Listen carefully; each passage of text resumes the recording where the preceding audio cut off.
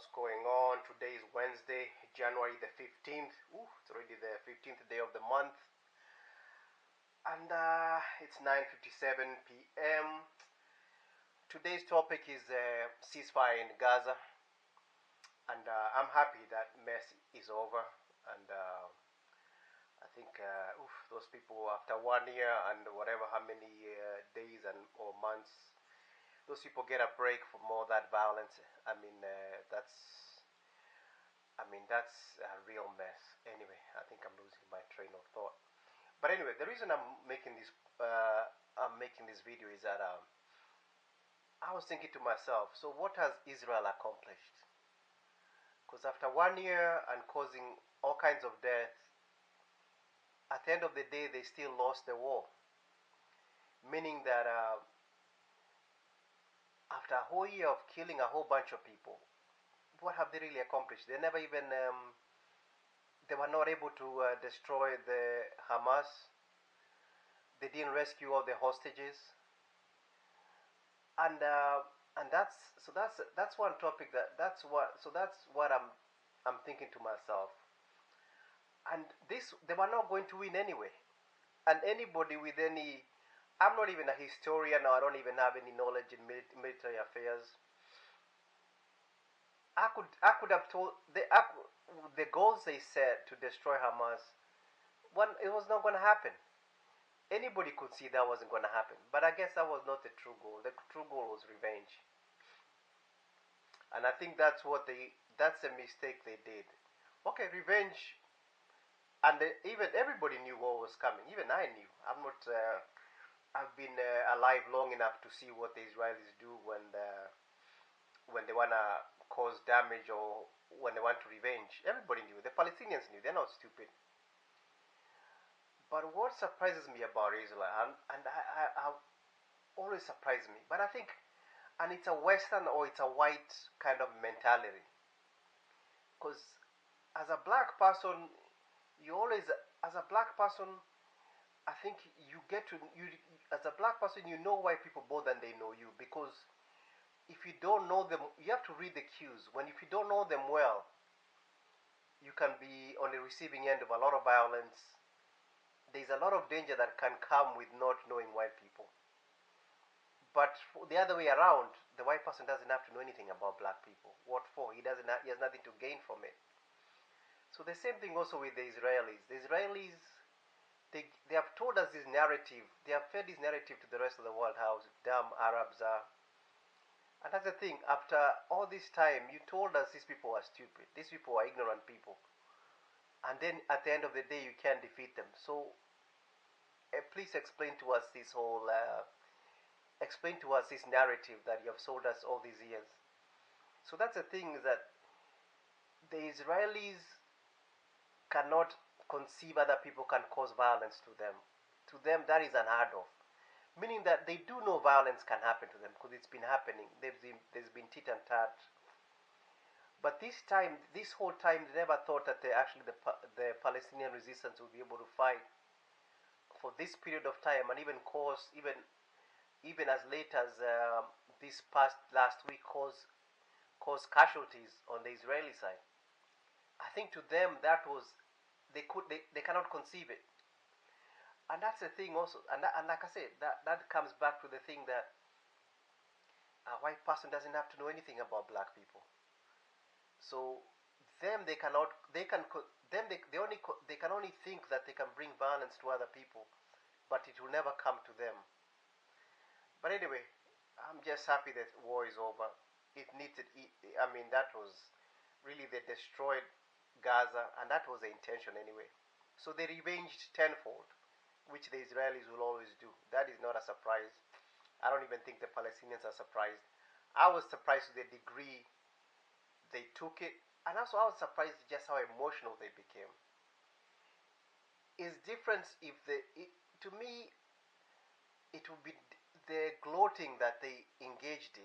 To me, it just showed me the pettiness of it. Soldiers gloating, destroying buildings, and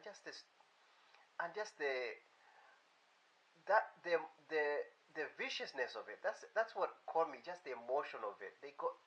how, and I guess, and it's understandable because of the casualties they suffer. Don't get me wrong, I'm not trying to shade that, but sometimes you have to detach emotion from, you have to you have to detach emotion from what is feasible.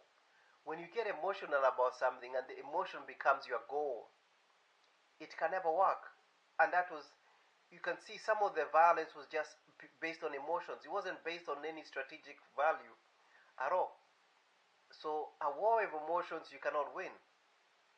That's an unwinnable war.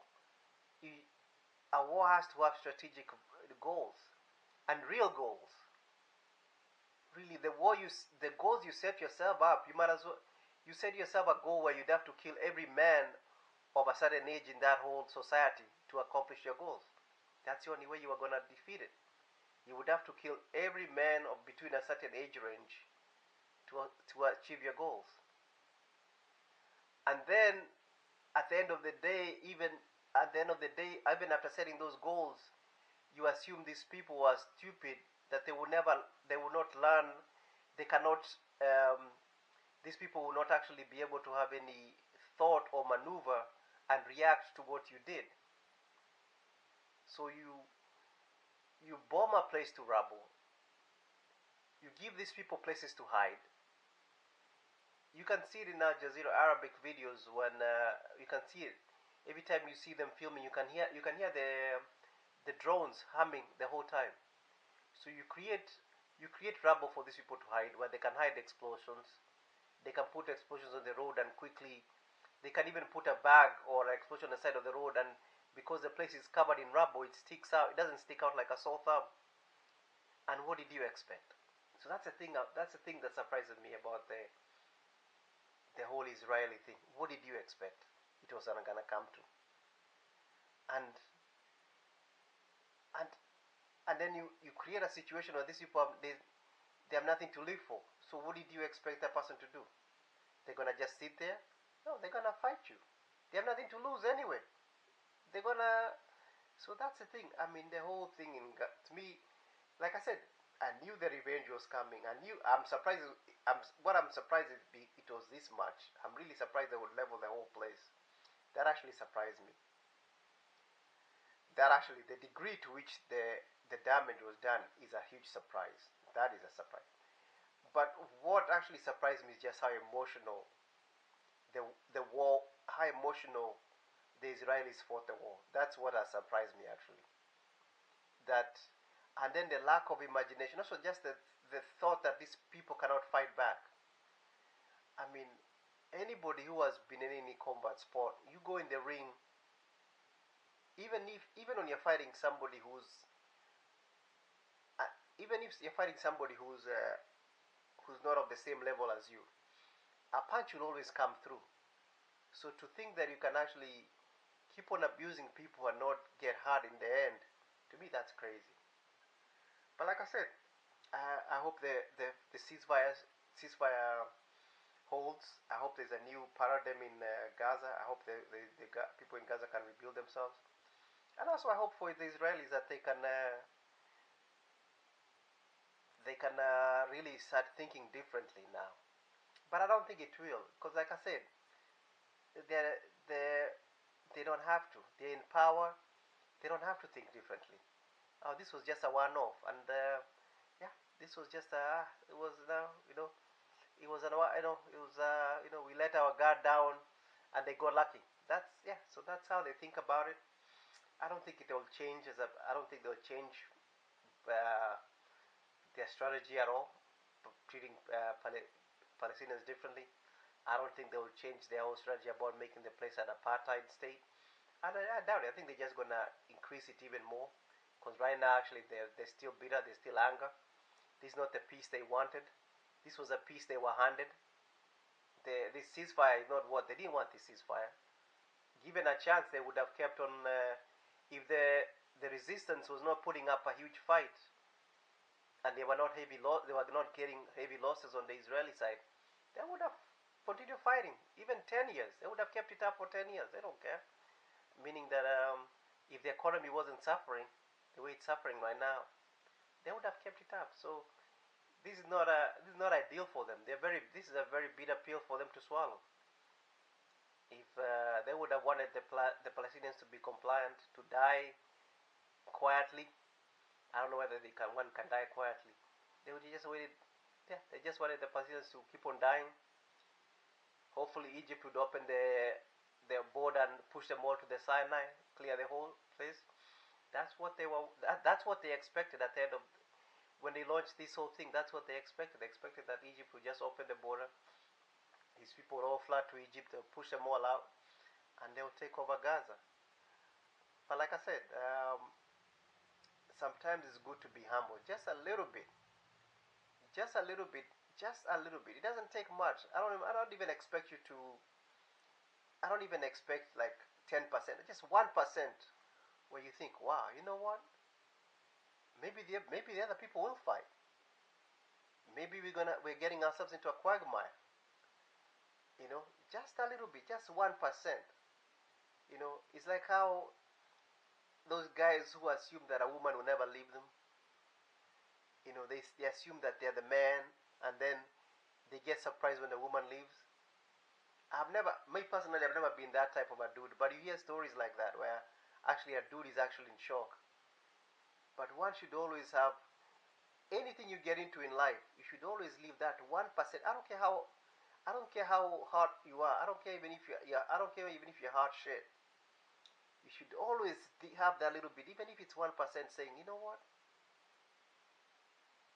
Even me when I'm fixing cars, I like repairing cars, and I have been repairing cars for a number of years, meaning that there's some things I know I can do well, because out of experience, I've been doing that for a long time. But even me, when I go there and I do a brake job, I can never be 100% guaranteed it's gonna go my way. Things can happen, and that's the thing with the Israelis, though. I think the Israelis have forgotten that you know what, things can go wrong. You know, this thing that you can actually abuse, mistreat people, bomb people, do whatever you want, and people will just sit there, take it. Because why? Because hey, they're dumb people. These are stupid people. These are people with no imagination. You've told us from the beginning they're stupid people. You've been able to defeat them since day one. You fought whole. You've been you have you guys have been out. They have outnumbered you 3-1, and you have defeated them. Yeah, these are stupid people. They are no they have no imagination. Yeah, but guess what? Stupid people can also learn something. Stupid people learn. They're not stupid. Stupid people learn something. And the sad thing is that people in a position of less people in a position of less power, of people who survival depends on their survival, or violence can be brought on them any minute.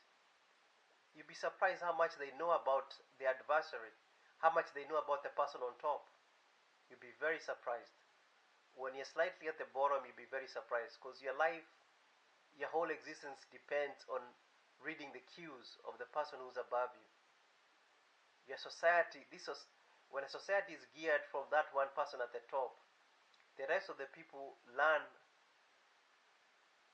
quite a bit about that person. Were the Palestinians surprised of the reaction?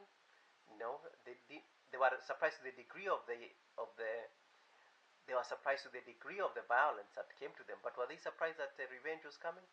No. Even me, as non-Palestinian, was I surprised? No. But I was just surprised how emotional the whole thing got, and how the emotions took over and logic went out the door, and the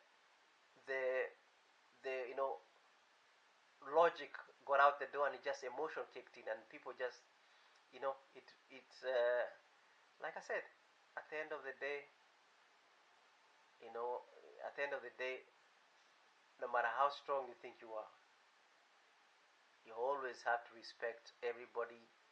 I don't care who it is. You have to respect everybody. And even if you don't respect them, always, always, even even if you have no respect for them, always.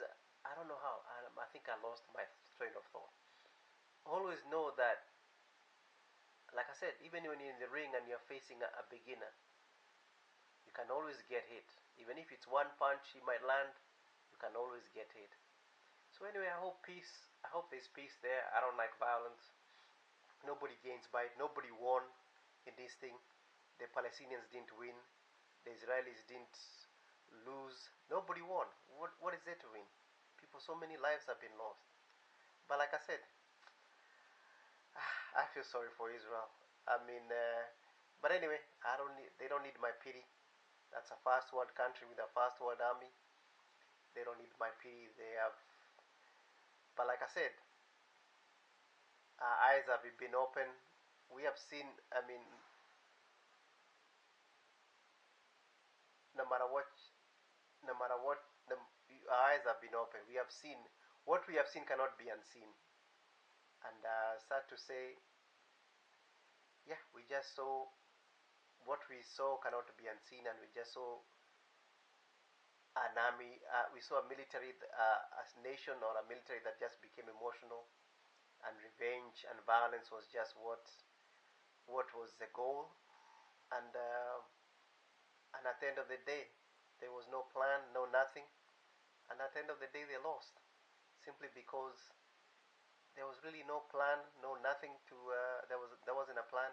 It was just emotional. It was just we're gonna go there, kill as many of them as we can, destroy as much as we can, with no end goal. Forgetting that the other people can hit back too, and also the other people can also cause pain. It's not pain is not a one-way street. Pain can be a two-way street.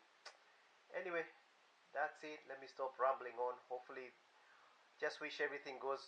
The peace holds, and people can live in peace. Because really, at the end of the day, we are human beings. Let's try to make this world a better place. It's already fucked up as it is. But anyway, those are my thoughts. Anyway, later.